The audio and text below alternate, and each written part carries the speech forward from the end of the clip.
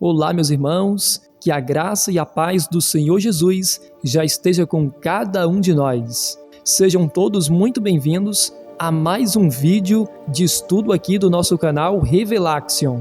E no estudo de hoje, nós estamos trazendo aqui como tema o assunto do sétimo milênio e a época da volta de Jesus. Este é um tema de extrema importância para a minha vida e para a sua vida, meu irmão. E aqui eu já faço uma perguntinha para você que está em casa. Por que é tão importante nós dedicarmos tempo estudando a respeito deste assunto do sétimo milênio? E a resposta é a seguinte, meus amados. Existem 3 pontos que me levam a estudar profundamente com respeito a este assunto do sétimo milênio. O primeiro ponto é que este assunto, meus amados, ele está presente dentro da palavra de Deus, mas muitos ainda não conhecem. Mas é um assunto que está presente sim, é real e está na palavra do Senhor. O segundo ponto que nos leva a estudar esse assunto, meus amados, com mais profundidade, é que tem muitas pessoas por aí afora que estão pregando este assunto do sétimo milênio e estão marcando datas para a volta de Jesus. Estão marcando aí até mesmo o ano para a volta de Jesus. E nós precisamos estudar profundamente a este assunto para não sermos enganados. E o terceiro ponto, meus irmãos, que é um dever de cada um de nós, conhecer a época em que nós estamos vivendo, se estamos próximo ou não da volta de Jesus. Muitos acreditam que a gente não precisa conhecer o tempo em que nós estamos vivendo. E essas pessoas, meus amados, elas usam um texto da palavra de Deus que se encontra lá em Atos, capítulo 1, versículos 6 e 7, onde a palavra do Senhor nos diz o seguinte: Então os que estavam reunidos lhe perguntaram: Senhor, será este o tempo em que restaures o reino a Israel? Respondeu-lhes: Não vos compete conhecer tempos ou épocas que o Pai reservou pela sua exclusiva autoridade. Então, meus irmãos, aqui é um texto que é usado para defender que nós não precisamos se preocupar com a época em que nós estamos vivendo, se estamos próximo ou não do dia da volta de Jesus. De fato, meus amados, se só existisse esse texto na palavra de Deus, então sim, nós não deveríamos se preocupar com a época da volta de Jesus. Mas o que nós precisamos entender é que a palavra de Deus, ela precisa ser entendida como um todo, e que um texto não pode contradizer um outro texto dentro da Escritura. A Bíblia, ela não se contradiz em lugar nenhum, pois você também vai encontrar lá em Mateus capítulo 24, os discípulos fazendo uma pergunta parecida a Jesus. Pois em Mateus capítulo 24, o versículo 3, olha o que a palavra do Senhor nos diz. No Monte das Oliveiras, achava-se Jesus assentado, quando se aproximaram dele os discípulos em particular, e lhes pediram: Dize-nos, quando sucederão estas coisas, e que sinal haverá da tua vinda e da consumação do século? Então perceba, meus irmãos, que aqui em Mateus capítulo 24, versículo 3, nós temos uma pergunta semelhante à que foi feita em Atos capítulo 1, versículo 6. Pois aqui os discípulos chegaram em particular, perto de Jesus, onde eles perguntaram para Jesus quais sinais deveriam acontecer, identificando a proximidade da sua vinda a esta terra. E perceba que Jesus, ele não respondeu da mesma forma como está lá em Atos capítulo 1, versículo 7. Pois a partir aqui do versículo 4 de Mateus 24, Jesus ele começa a descrever os sinais que deveriam preceder o seu breve advento a este mundo perdido. E ele diz que vede que ninguém vos engane, porque virão muitos em meu nome, dizendo eu sou Cristo, e enganarão a muitos. E ele, meus amados, ele vai apresentando os sinais que deveriam anteceder a sua vinda a esta terra, a sua segunda vinda.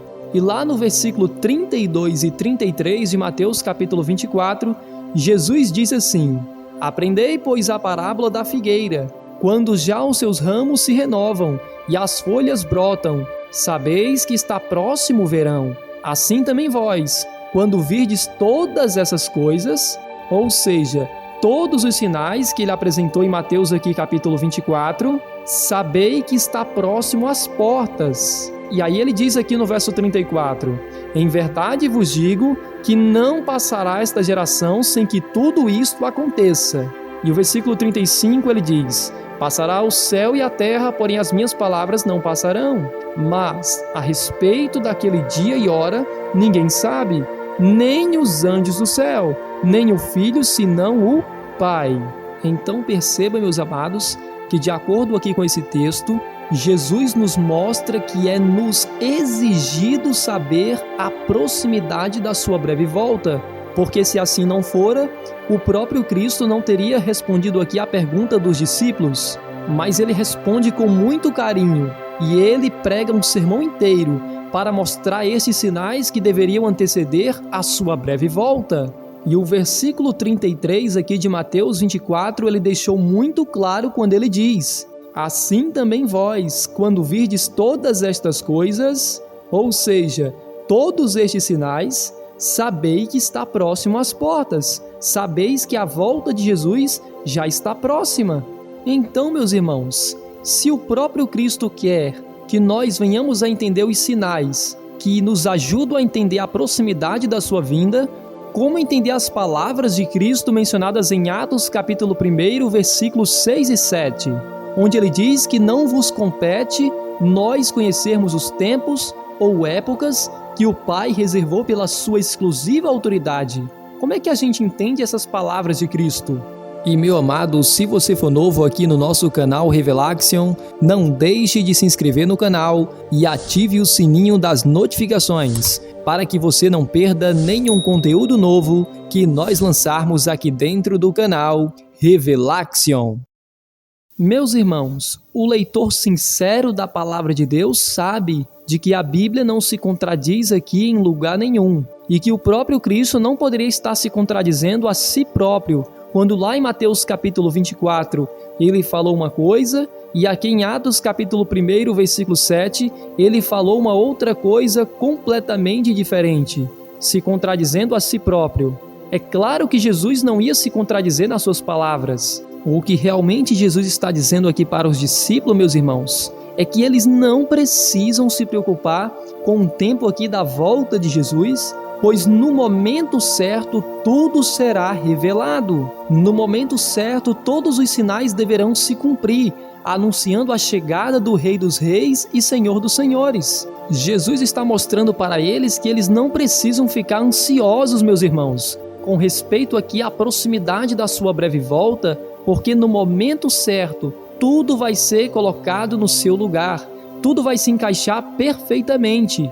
E a prova disso, meus amados, que tudo seria revelado no momento certo, é que o próprio versículo 8, Jesus diz assim para eles, mas recebereis poder ao descer sobre vós o Espírito Santo, e sereis minhas testemunhas, tanto em Jerusalém, como em toda a Judeia e Samaria, e até aos confins da terra.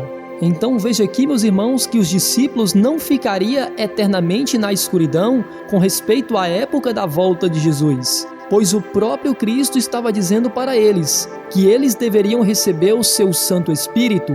E qual é o papel do Espírito Santo, meus amados? De acordo com João capítulo 16, o versículo 13, olha o que Cristo diz aqui com respeito à chegada do Espírito Santo na vida de um cristão. Quando vier, porém, o Espírito da verdade, ele vos guiará a toda a verdade, porque não falará por si mesmo, mas dirá tudo o que tiver ouvido e vos anunciará as coisas que hão de vir. João capítulo 16, o versículo 13.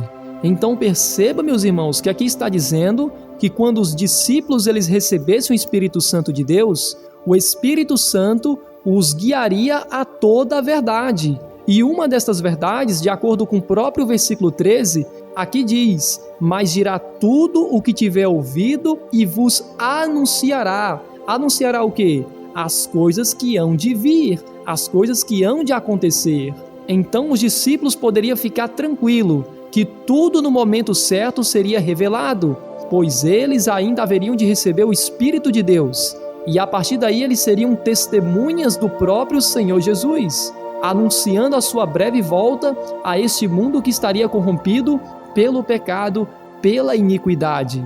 E estas palavras, meus irmãos, estão totalmente de acordo com o que está escrito em Amós, capítulo 3, o versículo 7, onde o próprio Senhor nos diz: certamente o Senhor Deus não fará coisa alguma, sem primeiro revelar o seu segredo aos seus servos, os profetas. Então aqui, meus amados, esse texto, ele deixa muito claro de que certamente o Senhor Deus, meus irmãos, ele não fará coisa alguma, sem primeiro ele revelar os seus segredos aos seus servos, os profetas. Então, quando, meus irmãos, chegasse bem pertinho da época da volta de Jesus, Deus ele haveria de levantar um profeta para mostrar para o mundo a brevidade da volta de Jesus. E estas palavras, meus irmãos, se cumprem claramente com respeito, por exemplo, à primeira vinda de Jesus, quando em Malaquias capítulo 3, o versículo 1, veja o que a Bíblia nos diz: eis que eu envio o meu mensageiro, que preparará o caminho diante de mim. Então perceba, meus irmãos, que o próprio Senhor está dizendo que antes que o Filho de Deus viesse a esta terra pela primeira vez, o Senhor ele enviaria antes o seu mensageiro, que deveria preparar o caminho diante do Senhor.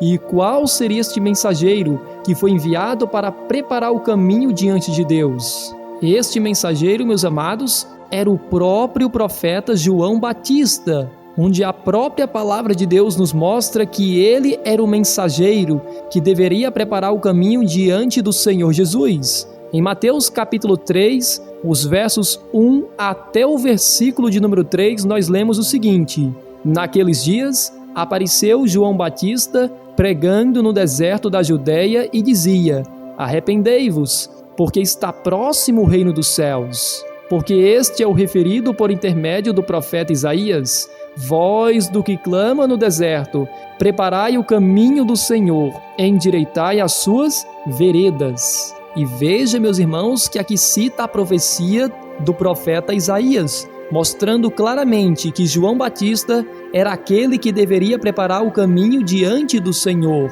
como é nos apresentado em Malaquias, capítulo 3, o versículo 1. E qual era a mensagem de João Batista?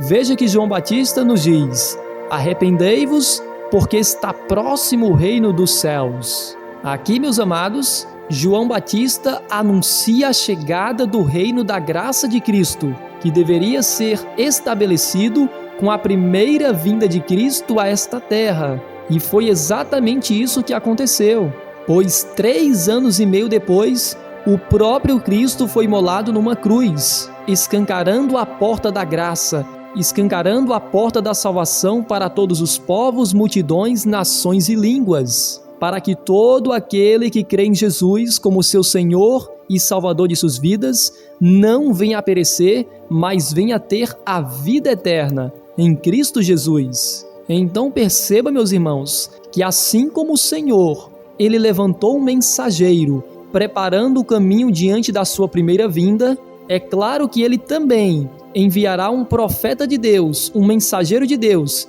preparando o caminho agora, não mais para a primeira vinda, mas agora para a sua segunda vinda a esta terra. E a pergunta que nós fazemos é a seguinte: quem é este profeta? Será que este profeta já veio? Será que este profeta está agora no nosso meio? Ou ele ainda irá aparecer? Esta pergunta, meus irmãos, nós só iremos responder no finalzinho desse estudo do 7º milênio. Por enquanto, o que nós precisamos entender é o seguinte: é que Deus ele não fará coisa alguma sem antes revelar primeiro o seu segredo aos seus servos, os profetas. E isto também fica claro, meus amados, quando nós vemos a história do dilúvio. Antes que o dilúvio caísse sobre a face da terra, Deus levantou um profeta de Deus chamado Noé, que pregou durante 120 anos para aquele povo que estava mergulhado no pecado, para aquele povo incrédulo, meus amados. E Noé pregou 120 anos, mas nenhum deles creram. E a prova disso é que se salvou apenas Noé e sua família. Você também vai encontrar na palavra de Deus, meus irmãos, o momento em que Deus mostra para o profeta Daniel que os 70 anos de cativeiro do povo de Deus que estava lá em Babilônia deveriam terminar. O próprio profeta havia entendido isso, como é nos mostrado em Daniel, capítulo 9, versículo de número 2, onde a palavra de Deus nos diz: no primeiro ano do seu reinado, eu, Daniel, entendi pelos livros que o número de anos de que falara o Senhor ao profeta Jeremias, que haviam de durar as assolações de Jerusalém, era de 70 anos. Então perceba, meus irmãos, que quando já estava bem próximo, quando o povo de Deus estava para ser liberto do cativeiro babilônico, Deus ele mostra para o profeta Daniel que os 70 anos de cativeiro está prestes a finalizar.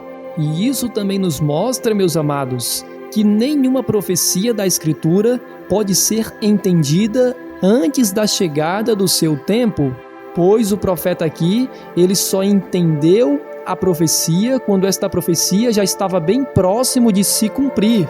É a mesma coisa que está acontecendo hoje nos dias atuais. Antigamente as pessoas não falavam muito sobre essa questão do 7º milênio e da volta de Jesus. Mas porque agora, nestes últimos dias, este assunto está sendo tão difundido? É porque, meus irmãos, nós já estamos vivendo os últimos minutos da história desta terra.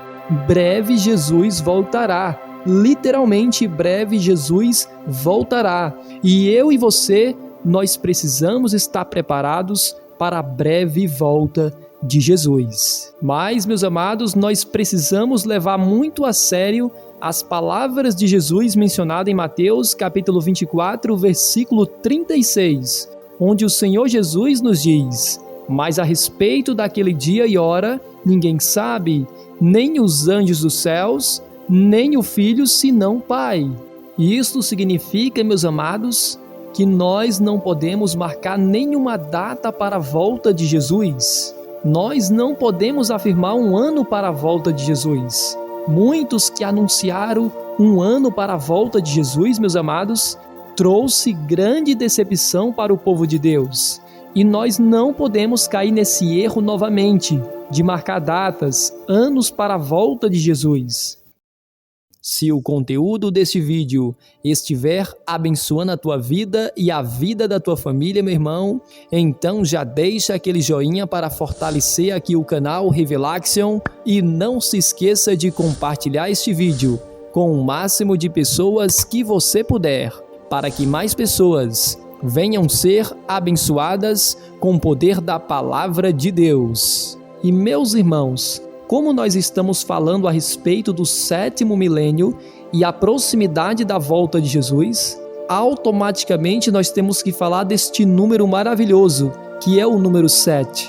O número 7, meus amados, é a palavra favorita no alfabeto de Deus, pois na palavra do Senhor você vai encontrar, de acordo com Gênesis capítulo 2, o versículo 2, a semana de 7 dias.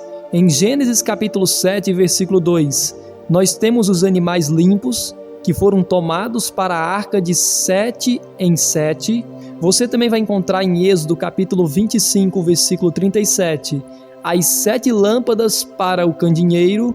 Lá em Levítico capítulo 4, versículo 6, nós temos o sangue que era aspergido 7 vezes.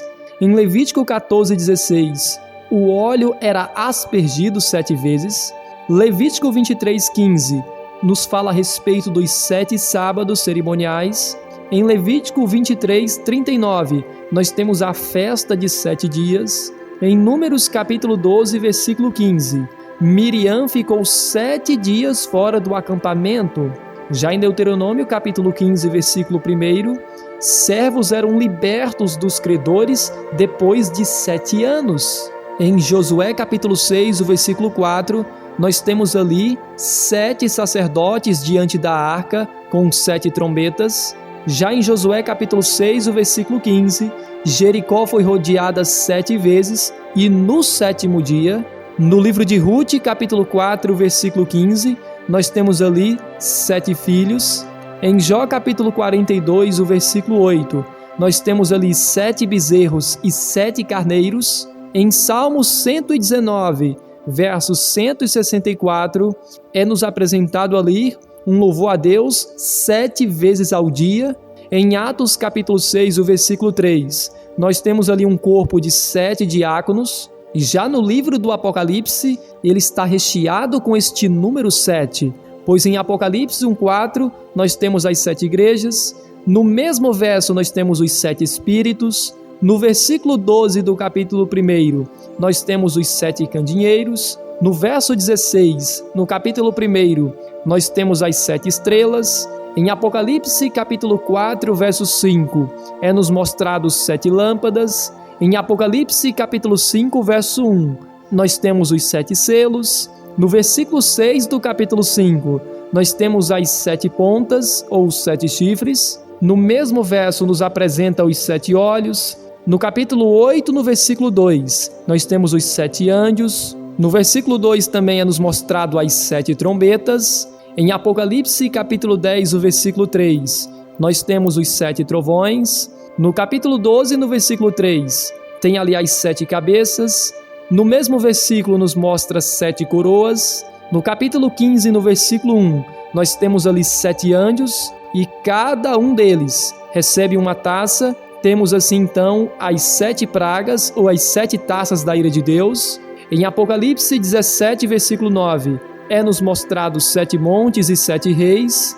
E no livro do Apocalipse como um todo nos apresentados 7 bem-aventuranças, conforme Apocalipse capítulo 1, versículo 3, Apocalipse 14, versículo 13, Apocalipse 16, 15, Apocalipse 19, versículo 9, Apocalipse capítulo 20, versículo 6, Apocalipse capítulo 22, o versículo 7 e Apocalipse capítulo 22, o versículo 14. Então assim fica claro, meus amados, que o número 7 está presente em toda a palavra de Deus. Esta é a palavrinha favorita no alfabeto do Senhor. Há 7 dias da semana, 7 notas musicais, 7 cores do arco-íris. O número 7, meus irmãos, é a própria assinatura do Criador. O número 7 indica a sua plenitude e a sua perfeição. E um outro detalhe, meus amados, é que as festas do santuário, que são 7 festas, conforme é nos apresentado em Levítico capítulo 23, cada uma dessas festas estava em ciclos de 7. Deus, ele trabalha em ciclos de 7, meus irmãos. Então, meus amados, nós vemos aqui que o número 7 é um número muito importante aos olhos de Deus. E aqui nós fazemos uma perguntinha sobre essa questão da semana milenial. O que é que nos faz acreditar que realmente existe uma semana milenial? É muito simples, meus amados. Com tudo que você viu até aqui sobre o número 7, isso já nos mostra o quão este número é importante para o Senhor. Como nós já mostramos, este número representa a assinatura de Deus.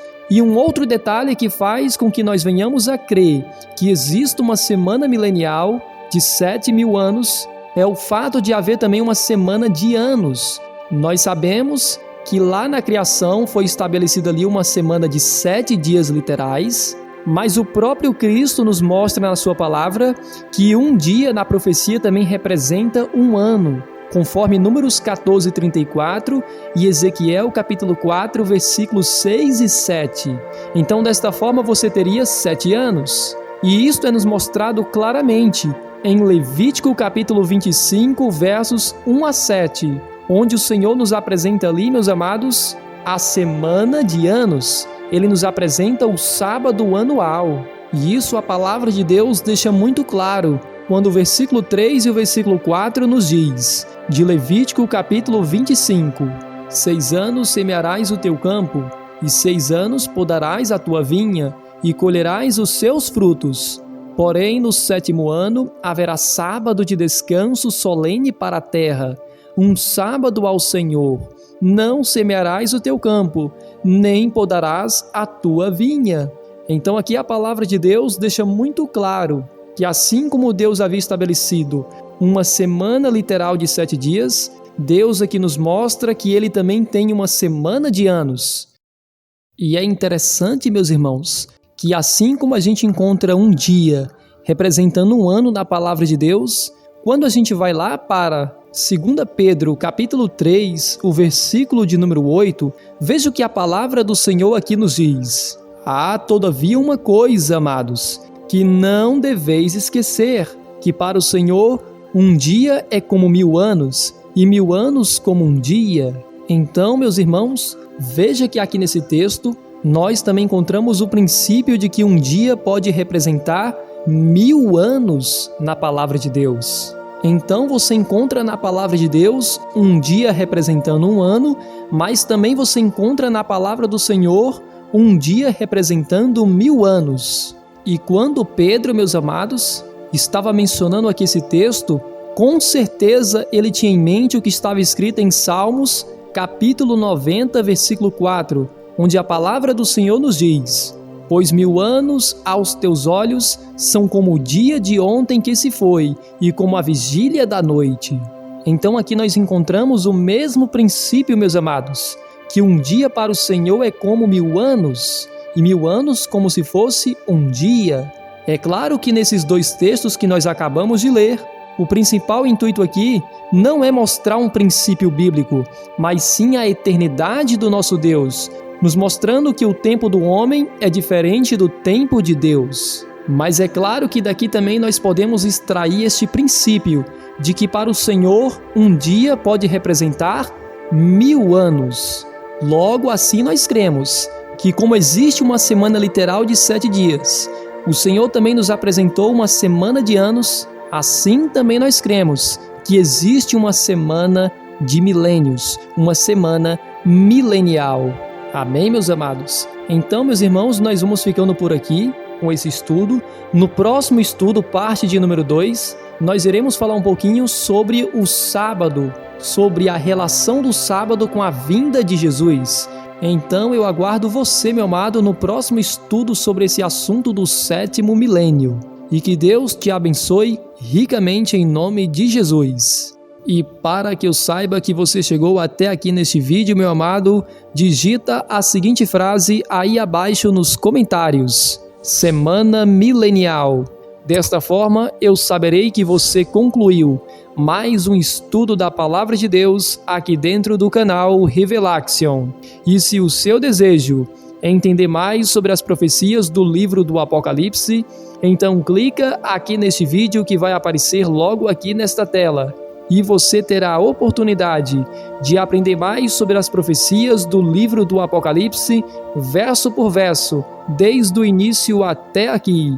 Então, deixado este recado para você, meu amado, fique na santa paz do Senhor Jesus e até ao próximo vídeo aqui do canal Revelaction.